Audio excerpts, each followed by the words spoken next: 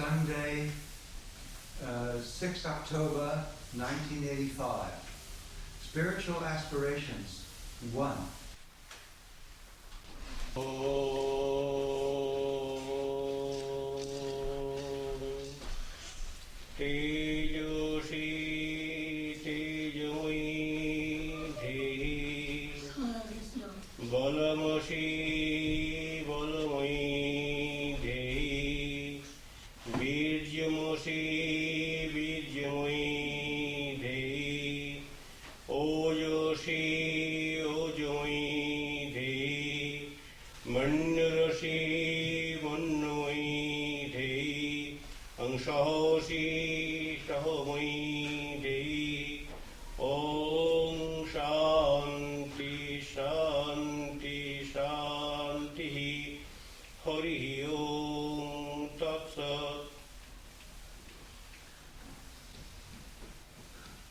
One indivisible, homogeneous mass of consciousness, popularly addressed as God, is within human tabernacle, and that God is the source of all beatitude, strength, wisdom, patience, perseverance, purity, and knowledge. May we be able to look upon ourselves as a spark of God and feel happy with God's presence within us. Let us meditate on this theme.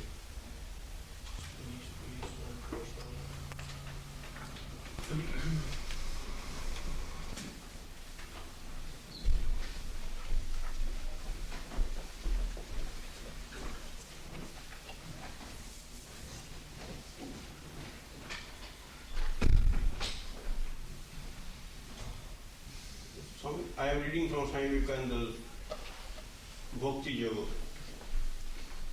The chief thing is to want God. We want everything except God.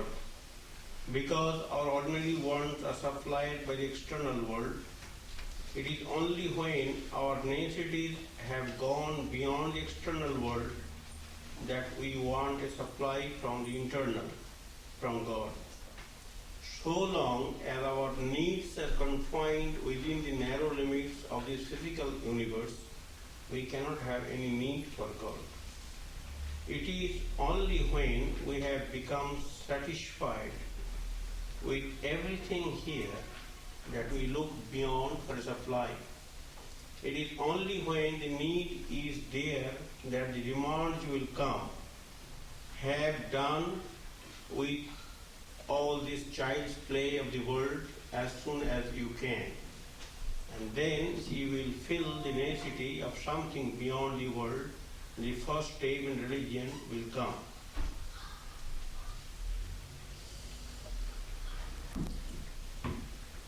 Want is that without which we cannot live. We want breath, we want food, we want clothes. Without them we cannot live. When a man loves a woman in this world, there are times when he feels that without her he cannot live, although that is a mistake. When a husband dies, the wife thinks she cannot live without him, but she lives all the same. This is the secret of necessity. It is that without which we cannot live. Either it must come to us or we die. When the time comes that we feel the same about God, or in other words, we want something beyond this world, something above material forces, then we may become devotees. What are our little lives when for a moment the cloud passes away and we get one glimpse from beyond. And for that moment, all these lower desires seem like a drop in the ocean. Then the soul grows, feels the want of God and must have Him. So, our topic being spiritual aspirations. So, spiritual desires will come to your mind when that mind is tired of this world and its glamour. When it is searching for something greater and higher, purer and abiding. Only in that noble mind, in that high stage of human evolution, the sincere search for divine communication comes.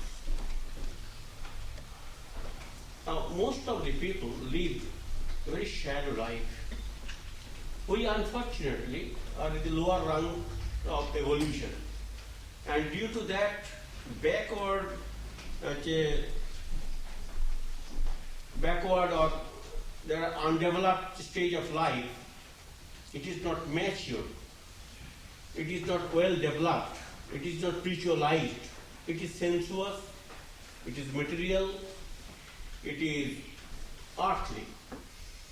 So for that reason, we do not find that sort of hankering, and even if hankering is there, it is lukewarm hankering.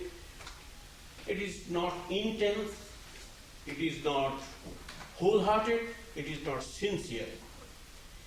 And sometimes we may have some sincere desire, but we are not able to hold it all the time. So there is a story that the great orator, Demosthenes in Greece, he is noted for his oratorical power. But even he came, but he was heckled by the public. Public was not going to listen to him, although he was a renowned and famous orator of that country. Then he thought it is better to draw the attention of the congregation by telling them a story. Then he said, well, I like to tell you a story. And he began in this way. The particular person purchased one camel to go to other places. In those days, there was no automobile. So the owner of the camel also with him, and the man was riding the camel. They were soon tired and exhausted. They want to have some rest. But in a desert, having no forest, no shade, how to have rest? But there was shadow of the camel. The man who engaged that camel, he demanded, I shall sit in the shadow. And the owner of the camel demanded, camel belongs to me, so shadow must be enjoyed by me, not by you. You are entitled to ride the camel, not to enjoy the shadow of the camel. And naturally, fight began, and they began to heckle each other, insult each other, and all that. Then he stopped, Demosthenes stopped, and the people said, what happened to them? What happened to them? Who enjoyed the shadow? Oh, you are now interested. Who enjoyed the shadow? Then he was able to articulate his message for which he came. So down the ages, unfortunately, we are always fighting for the shadow, not for the substance. We are giving all our energies, all our thoughts, all our intellectual abilities in search of something which is not edifying, not eternal, not abiding, not peace-giving. That is the wretched fate of humanity. Down the ages, whether scholars or non-scholars, rich or poor, that doesn't matter. Most of the people in the world are concerned with the shadows, not with the substance. So we must have some clear concept of God or spiritual life. Why we should aspire after? Why we should withdraw ourselves from this intoxicating world and keep ourselves exposed to that great thought, what is the benefit? What is the outcome? What we are going to achieve thereby? That clear conception will help us to sublimate our emotions towards a deep theme. Without having that clear picture before us, it is extremely difficult for the neophytes, for the beginners, to hold that idea for quite a length of time. Very simply speaking, Gita says, Ishvaro sarvbhutanam hidyase orjunatishthati. As I have told you, that every one of us want peace. Every one of us wants freedom. Every one of us wants illumination. Every one of us search for redemption or deliverance or mukti. We are not satisfied with these ordinary things of this life.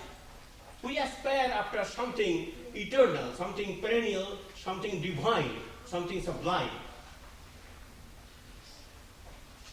That being the case, where to get it? In Messi, in Jimble, or in supermarket? Where to get it? In moon, in desert, in the depth of the ocean? Where to get it? You can get it from within. Ishvara sarvbhutanam hidyase orjunatishthati. Just this one word is sufficient. One sentence is sufficient to provoke your imagination and to draw your attention. That God, that indivisible, homogeneous mass of consciousness, that Chaitanya, that source of beatitude, illumination, power, wisdom, enlightenment, patience, forbearance, is within you. Each soul is potentially divine. We are all gifted with that, endowed with that. Nobody is lacking anything.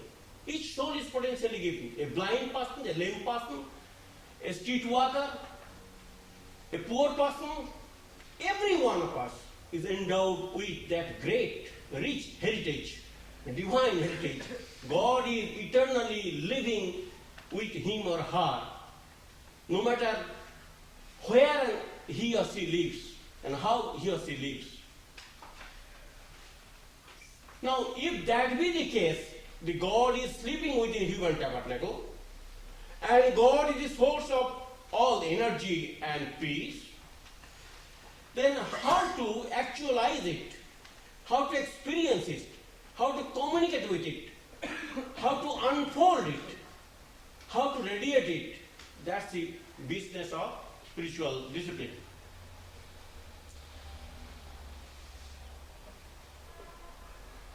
Or it can be thought in a way that this God is not known to me. Then how I shall search for him whom I do not know? No, you know. Because we are composed of matter and spirit, Chaitanya and Judo. And then how we are enlivened, how we are energized, how we are animated, how we are acting by the power of God, by the power of spirit, which is living within us. Dead man never speaks, dead man never hears, dead man never enjoys. What is death?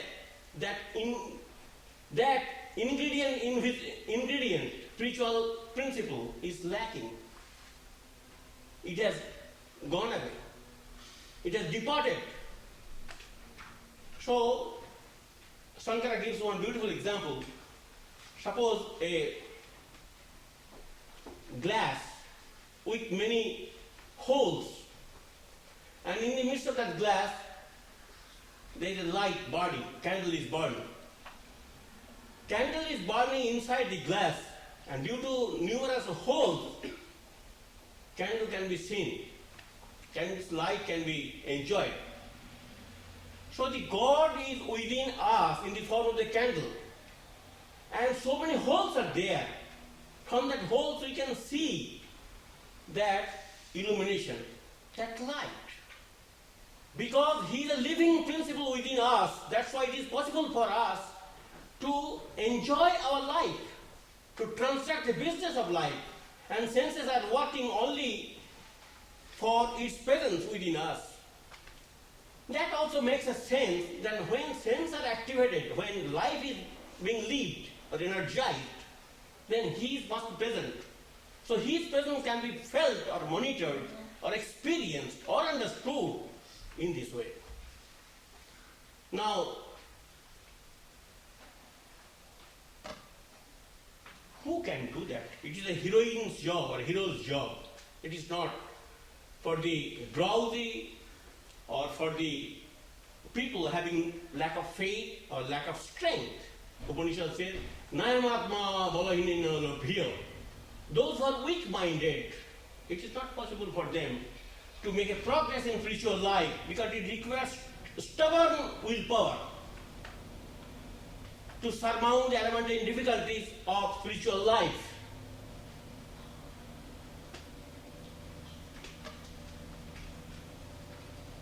So, unless Indian scriptures give too much importance on the healthy body, if body is not healthy, mind cannot be also healthy. And without healthy body, or healthy mind and a healthy body, it is not possible for anybody to hold that idea for a long time to come and to enjoy. So, irregular and disorganized ways of living are definitely not good for spiritual life. To maintain a good body, we must have nourishing food, we must have some good ethical life. Overwork and useless work are to be abandoned. Mental disquiet and turmoil are to be avoided. And habit of unnecessary talking also should be eschewed. We dissipate our energy by becoming garrulous. Now mental dissipation also can be checked. Indiscriminate reading. There are many people who are reading indiscriminately. Even if they read holy books, what's the good of reading so many holy thoughts and ideas when you are not trying to practice even one of them? Vivekananda says that library is never cannot be called a wise. The person who is reading the book can be called wise. Because our library has so many books, that doesn't mean library is wise. So business of spiritual life is to draw inspiration from certain passages of the scriptures or holy books and to translate it into action through stubborn willpower. It is not to be wasted in reading indiscriminately. Then purposeless controversy. There are many people who are habituated to talk, to argue with others. Even with God, suppose, what's the good of establishing your viewpoint when you are not interested in cultivating that dispassion or cultivating that sort of spiritual awareness? Simply you are talking. Even if you establish that God exists, what is gained by you? Those who say God exists, they are also not profited by that words, because to have some strength within or peace within, it has to be realized, it has to be practiced, it has to be actualized, it has to be experienced. So experience is the sine qua non of spiritual life. To have experience, one has to practice spiritual discipline. So this garrulous habit or habit of talking with any topic or habit of destroying your enemies through your arguments are also equally inimical to spiritual progress. Inquisitiveness in others' affairs. You see, if mind is not controlled, if mind is not trained, if mind is not spiritually imbued, if mind is not spiritually oriented, All these tendencies are bound to come. What will hold us? This will hold us, and I have got something precious business to transact. I cannot behave in this way.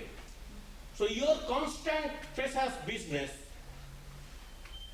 will help you to withdraw yourself from these talks or from these controversies or from these curiosities. That means unless that steadfast desire is allowed to grow, unless we are fired by that imagination, unless we are drawn to the magnetic pole, ordinary human mind is bound to be wasted in search of something which is ephemeral and transitory.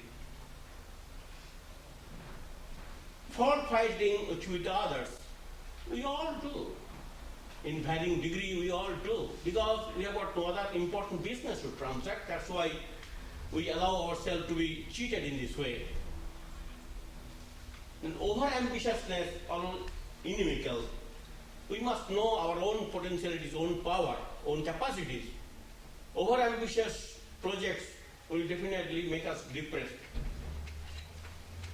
Egoistic concern for perfection in others.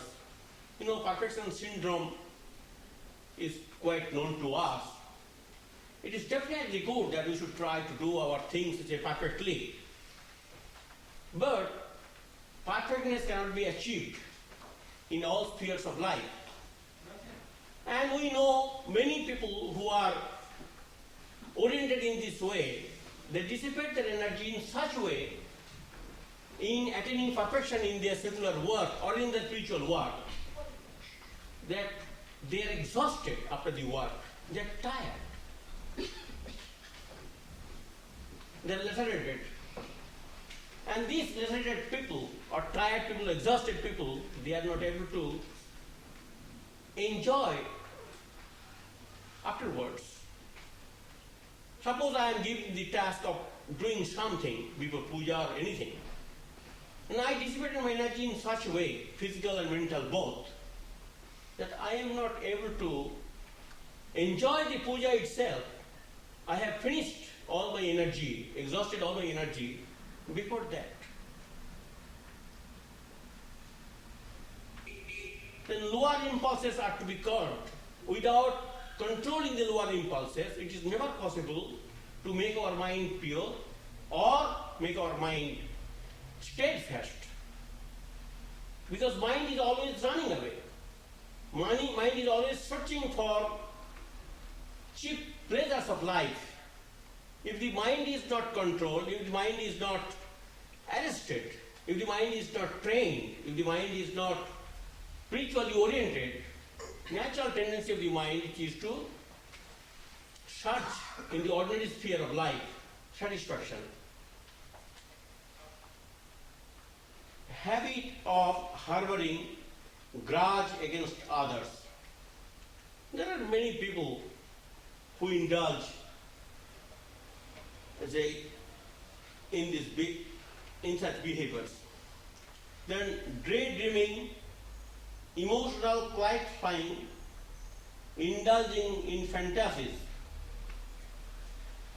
It is also in order to escape from the realities of life, we resort to daydreaming. I am a holy person, this, that, and that, or I am enjoying this way and that way. It's emotional clarifying. Or indulging in fantasies. Many people do that. In order to escape the rigors of realistic life, they go to the imaginary land where they can brood and they think that they are enjoying. Totapuri gave one precious instruction to Ramakrishna that keep your mind within you. Don't allow your mind to roam about. Because mind belongs to you. Unless you possess the mind, you cannot do anything. So don't allow your mind to be dissipated. giving bits of our mind to others is also equally dangerous for spiritual development. What does it mean? That means that earnestness for the goal which we have accepted, and when that earnestness is strong and intense and sincere, naturally all these carelessness or all these faults or all these limitations can be controlled. So how to generate that earnestness, how to be sincere, how to be wholehearted, how to be one-pointed, that is the whole question. If that does not take deep root in our mind, naturally the mind will be dissipated in ordinary things. So constant, we have to remember about the goal of life, and we have to create an environment which will be suitable for our spiritual practice. And friendliness towards the happy. Now there are people who are happy. Now how to maintain the equanimity of the mind? How to enjoy peace? How not to be restless? The one great formula is that friendliness towards the happy. Those who are happy, you call them your friends. Don't be jealous, because jealousy will make you unhappy. Compassion towards the miserable. Those who are miserable, unfortunate creatures, they require our compassion, our love, our sympathy. Then delight in the good and be indifferent to the evil. There are many people who are not leading good life. Let us be indifferent towards them without picking holes.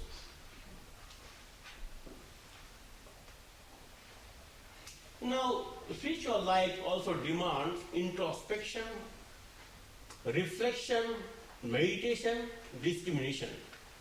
Without the constant sort of discrimination, or without the help of that ideal discrimination, it is not possible to keep our mind exposed to these thoughts. So austerity has to be practiced. Austerity means not physical but mental and intellectual austerity. That means you have got a program and you have got a map of the spiritual life. You want to make journey towards them. So you have to have some control over your senses. And to bring control over your senses, you have to be vigilant, not careless. So fasting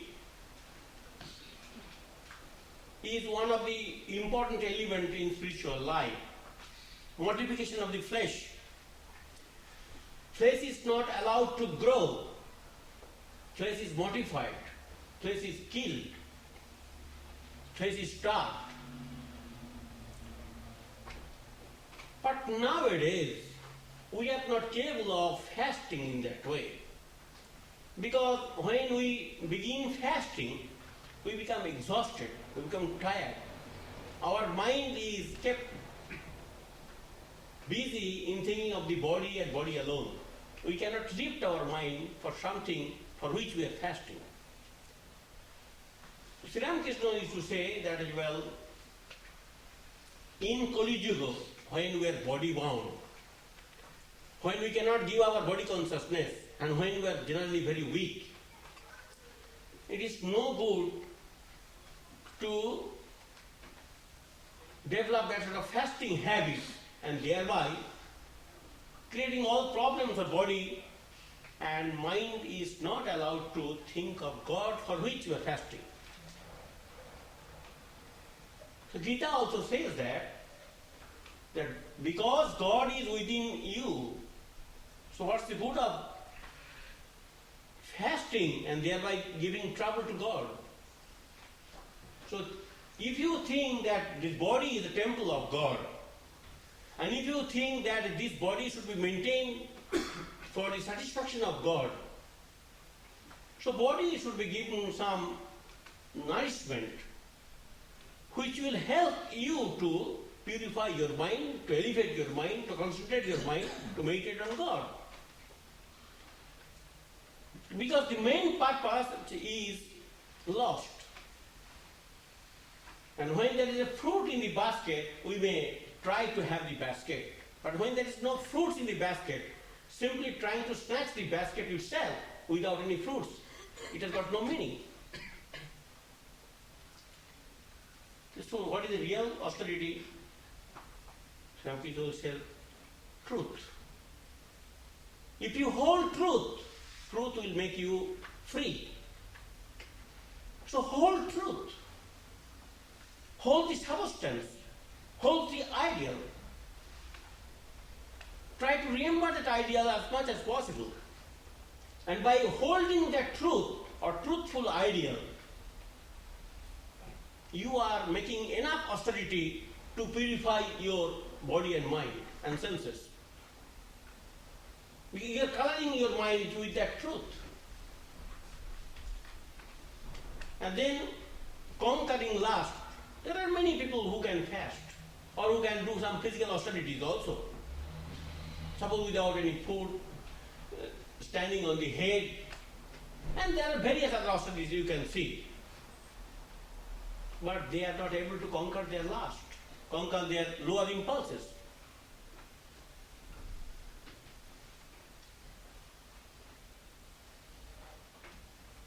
In fact, I was surprised to hear an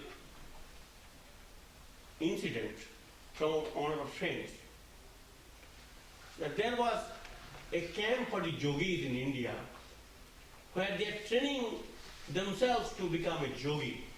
There are women's section was there, male section was there. I got information from the person who was also in that same camp practicing Judo for at least 1.5 years. And he told me a team came from Japan to study these yogis, how they control their emotions, how they control their breath, and how they are able to forget about the body consciousness. So expert came, doctors and all these came, they took photographs. Scientifically, they tried to analyze everything, physiological responses and all that. And he told me that those who excelled in that art of yogic feats, there are 2 sisters were there. And both the sisters wanted to marry one boy who was also practicing Judo. I was surprised to hear that. And this man who is telling me, he says, I was in this camp, in this group. I have heard, I have seen. I'm really surprised. That means, you see, without conquering lower emotions, without conquering lust and all these impulses, simply by exercising some breath control and all these things, will not help you to realize the truth or to enjoy truth or to be peaceful.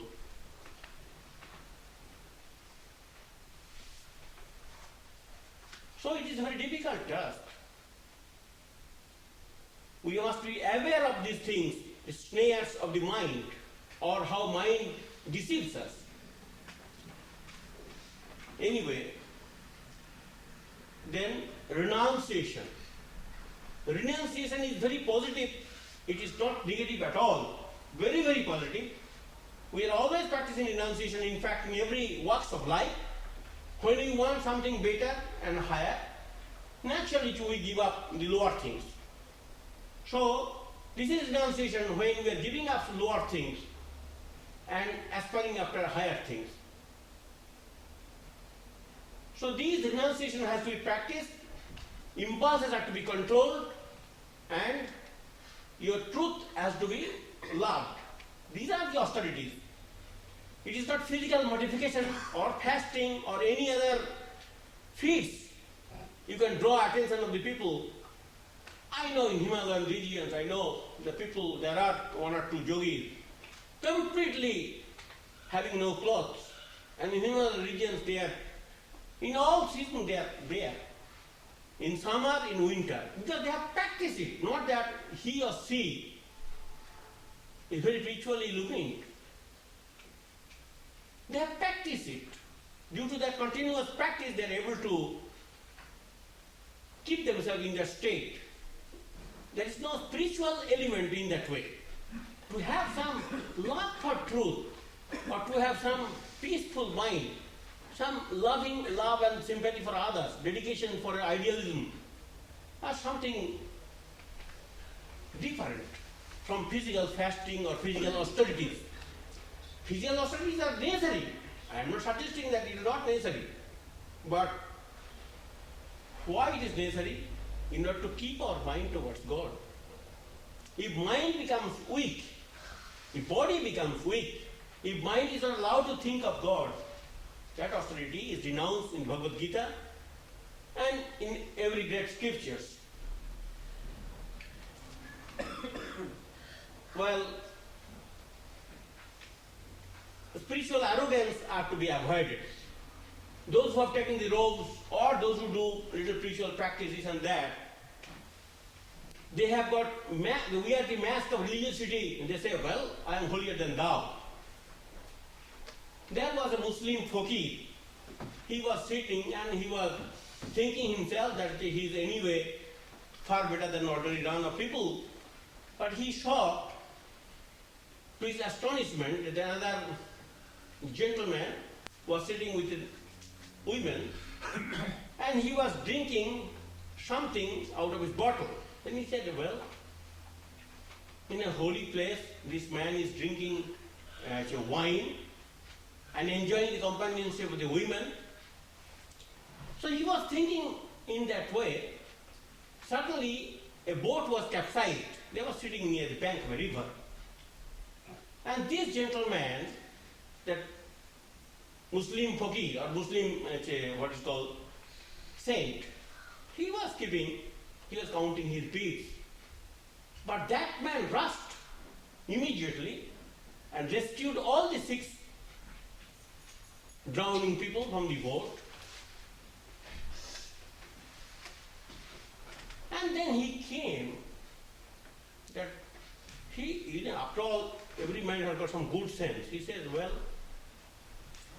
I was thinking that you are just an ordinary person, but I am now surprised to see your sense of dedication, sense of love. You took full risk of your life, at a risk of your life you saved these people. So he said, I was also watching you. When you were watching me, I was also watching you.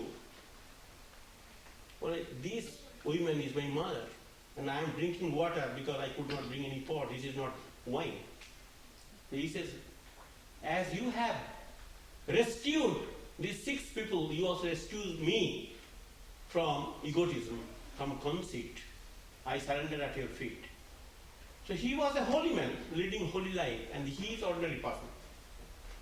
But ordinary persons, without wearing the mask of religiosity, is far greater as a human being. He had love, he had sympathy, he had dedication. Whereas that sage was not spiritually elevated in that way as to express his spiritual beatitude in the service of the others. So patience, perseverance are very important. That without patience, without perseverance, nobody can enter into the realm of spirituality. Then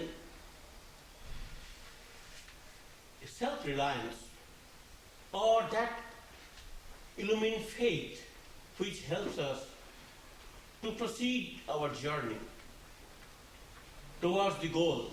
What is there? Well, you have got a full map before you, and you know that the scripture says that God is within you and God is the source of beatitude. Then why I should be depressed? why should I be faithless? So belief means ordinary belief. That yes, it is said like that. But to have a strong faith in spiritual life, you have to have some inspired mood. And that inspiration will help you to translate it to action and enjoy your beatitude. So Buddha says, "Opened are the gates of immortality, ye who have ears to hear, release your faith." That means you have heard, you have read that God has been enjoyed by the holy person down the ages, by practicing. This faith in the scriptures or in the traditions or in the testimony of some great illumined souls will help you also to develop that inspiration.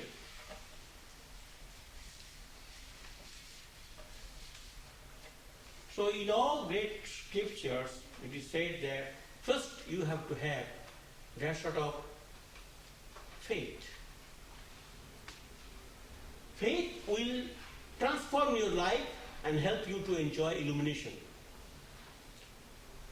So worldly life can be given up and spiritual life can be enjoyed only by having that inspired faith.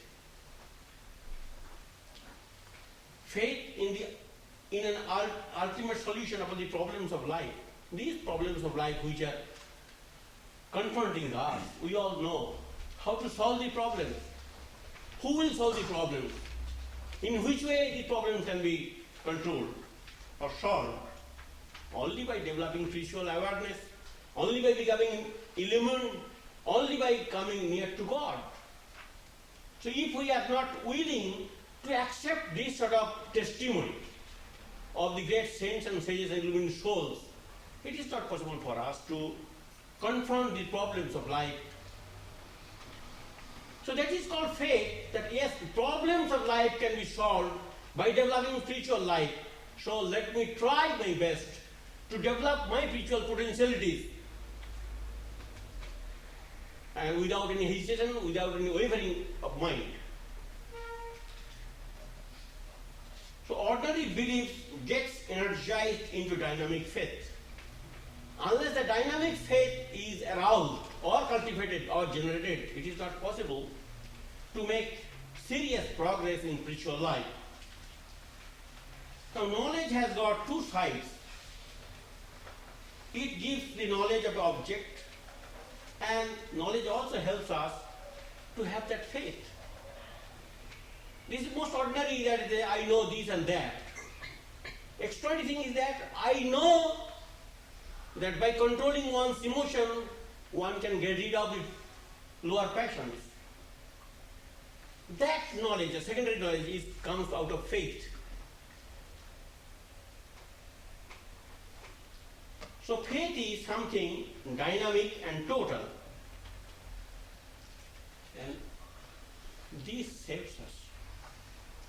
Those who are leading spiritual life, those who are trying to develop spiritual potentialities, those who are trying to reach God, those who are trying to enjoy a little bit of peace within themselves, they have to have tremendous faith. Because this faith alone, in the midst of trials and tribulations, will help us to maintain our equanimity, serenity, composed attitude. Otherwise, we will be lost. Will be dissipated, will be broken, will be dismantled, and will be disintegrated. So we have to have faith. Faith, like an iron chain, will hold us, will not allow us to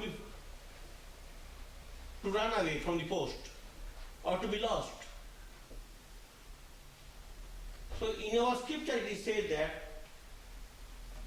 that sort of dynamic and total faith, like a fond mother, the source of all blessings, protects a truth seeker. A truth seeker is protected in the midst of his or her trials and tribulations, despondency. by having that strong, dynamic, wholehearted, energizing faith in the ultimate solution of all the problems in spiritual life. This unshakable faith is very useful for all of us.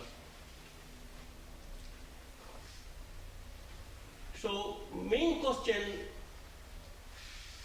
is this, that whether we want this sort of peaceful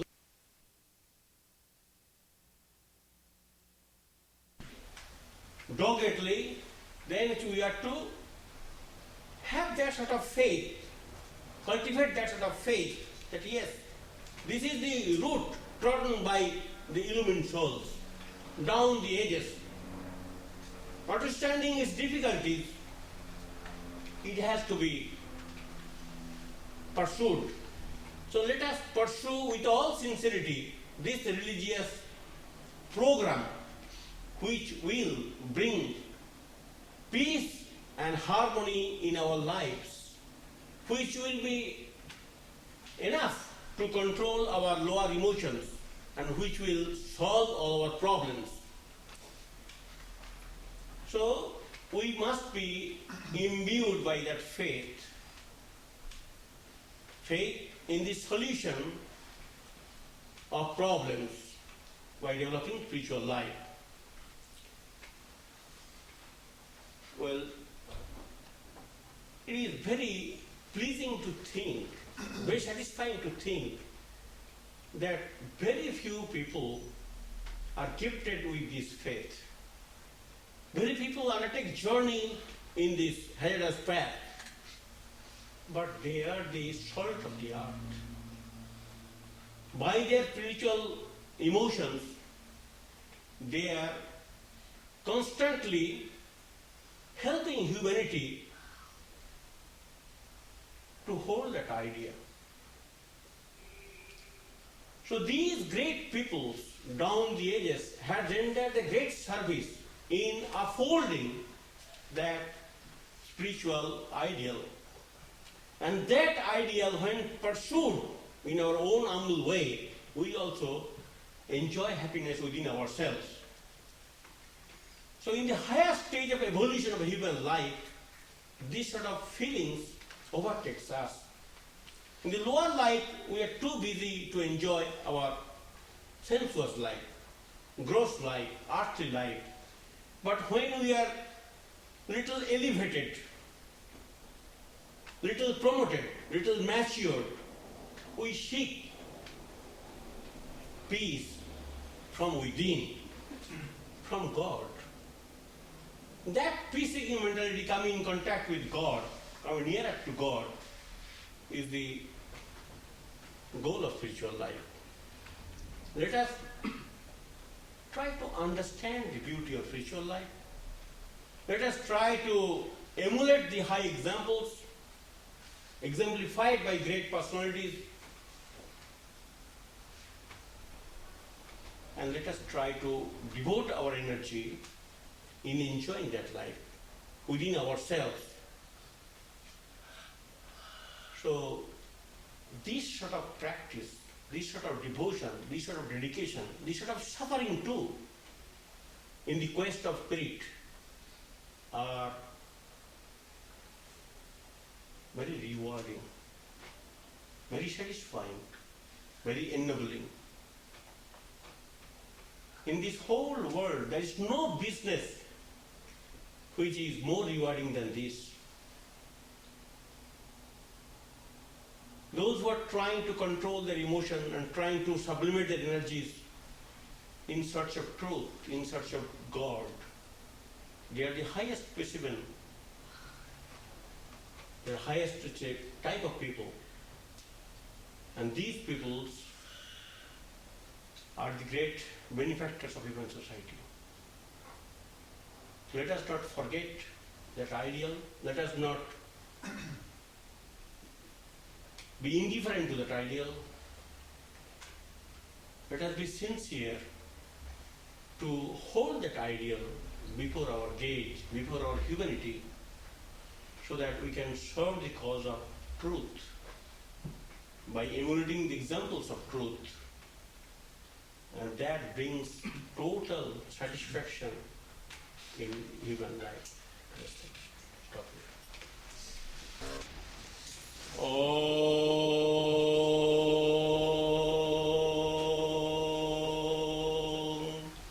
Asato Ma Satgamaya Tamoso Ma Jyotirgamaya Mrityormayamitangamaya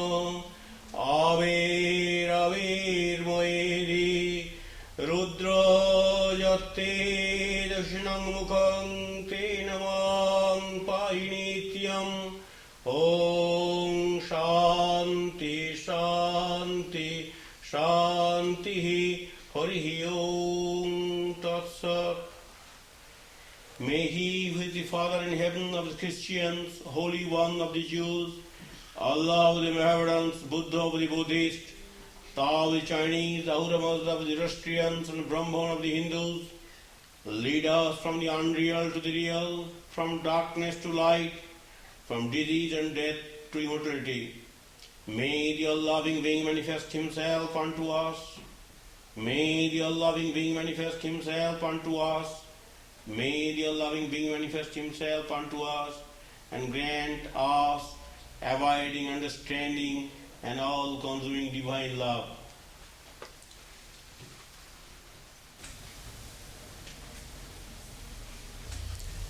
Om, peace, peace, peace, and peace.